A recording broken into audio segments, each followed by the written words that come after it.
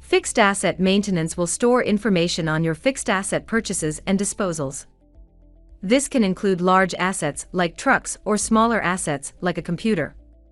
To access fixed asset maintenance, click on the Fixed Assets module. Then click on the Fixed Asset Maintenance menu item. The following window will appear. To find information for fixed assets already in your system, click on the FA code or equipment number drop-down menu and select the appropriate fixed asset.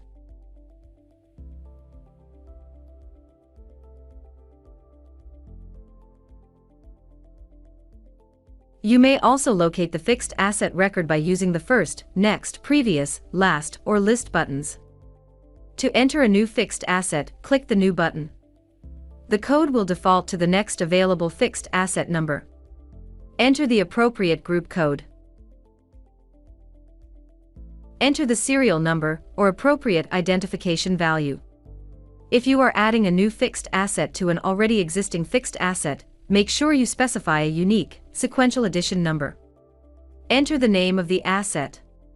Click the Used Asset box if this item was purchased used. Enter the correct debit and credit account numbers. Click the Credit button and the following screen will appear. Use the drop-down menu or click on the Account Tree button to find the appropriate account numbers, or you can enter the account number by hand.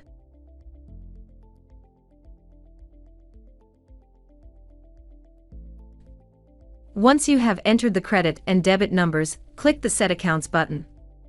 If you need to see the depreciation history on a particular asset, click the Edit button, then click the Fixed Asset History button to access the Print Report screen.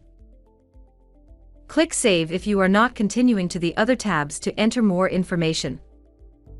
Select the Service tab to enter additional information such as the purchase date, in-service date, model year, and description.